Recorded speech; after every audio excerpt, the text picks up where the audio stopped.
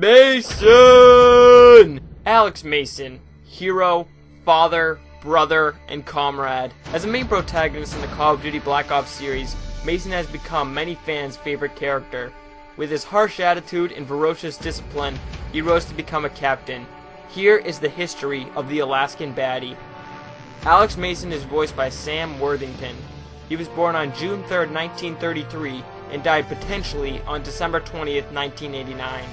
He was raised in Fairbanks, Alaska by his father Dot Mason, who was a World War II vet, his sister Marion, and their mother.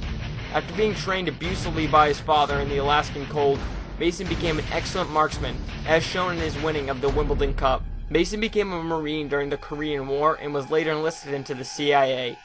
Mason became close friends with Frank Woods, and the two share a brother-like compassion. In the Bay of Pigs invasion, Mason, Woods, and others are tasked with assassinating Fidel Castro. After getting into the compound and shooting Castro, the group escapes, but Mason bails out right before to save them.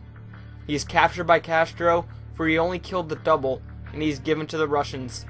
Later, he is taken to Vorkuta in Russia, where he is brainwashed to kill the President of the US, JFK, by the numbers given by Dragovich. Then Viktor Reznov enters the scene. After changing the programming for Mason to actually kill Dragovich, Steiner, and Kravchenko, for they all betrayed Reznov a while back, Mason and Reznov became instant friends and planned a riot to escape. After leading the prisoners to freedom, Reznov dies while Mason jumps onto a train to survive. After coming back to the States, Mason's mother fell ill and the family urged him to come home. Ignoring the letters his father sent him, his father became angry at him and said he should have died in Vorkuta. Mason's sister still loved him, for her child looked up to Alex. Mason is then given to the Pentagon, where he is given instructions by JFK to kill the Soviet space program.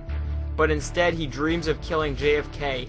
He almost kills him but resists. Mason and his team go to the Soviet Cosmodrome and must abort the launch of a rocket, but their team member Weaver gets captured. After saving him and fighting their way to the rocket, Mason is able to blow it up. While they leave, they blow up Dragovich's car, and he is not dead.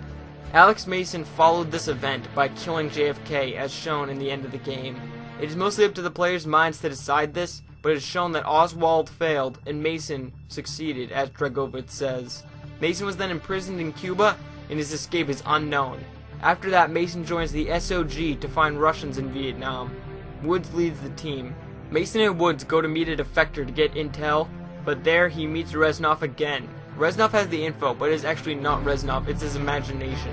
After escaping via helicopter after it is shot down, Mason and his squad go through a village, destroying Viet Cong devices and gathering intel. He goes through a rat tunnel and sees Reznov again. The data taken leads him to a Soviet plane that has Nova 6 on it, and Mason and his group go to take it out, but they get captured.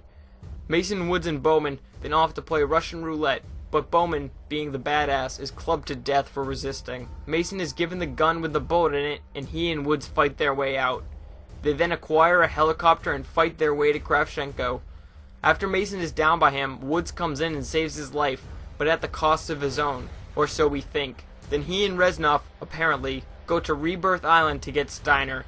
Mason was actually fighting alone, and he gets to Steiner. After thinking Reznov killed him, Mason is subdued by Hudson. However, it is shown that Mason actually killed Steiner as Reznov. Now we get to the interrogations. We realize that they need to find a number station in order to stop from World War III. Hudson removes Mason from the chair, but Mason knocks him out and relives the numbers. Then he remembers the Rusalka, the ship, and he tells Hudson. The group of them attack the ship. After finding the console, he runs into Dragovich. Mason strangles him to death and just escapes before the ship blows up. Mason hears the numbers, but they are saved.